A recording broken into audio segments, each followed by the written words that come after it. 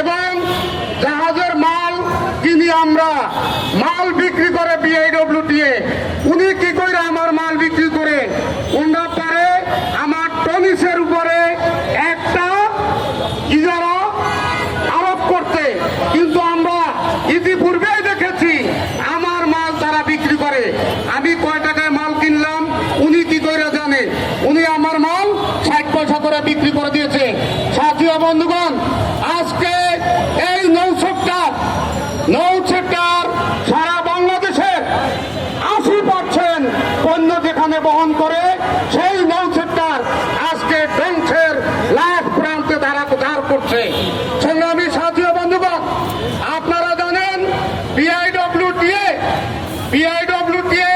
এক একটা ইজারা দেয় 2 লাখ, 5 লাখ, 10 লাখ। একটা ইজারা গত বছর পদ্মা নদীতে এইটা ছিল 6 লক্ষ টাকা, সেই ইজারা এবছর দেওয়া আছে 1.5 কোটি টাকা। আমরা মনে করছি ওখানে কি কোনো স্বর্ণের খনি উঠেছে নাকি? আমরা মনে করছি ওখানে বোধহয় কোনো স্বর্ণের খনি পাওয়া যাচ্ছে।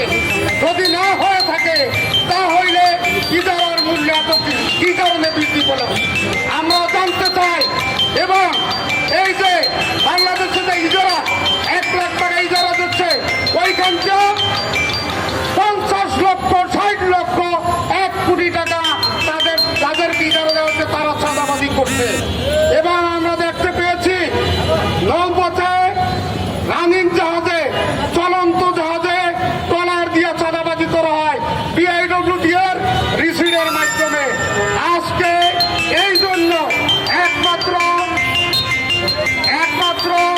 বিআইডব্লিউটিএ ইজারা চাঁদাবাজির কারণে আজকে এই জাহাজ মালিকরা প্রেস ক্লাবের সামনে হাজির হয়েছে।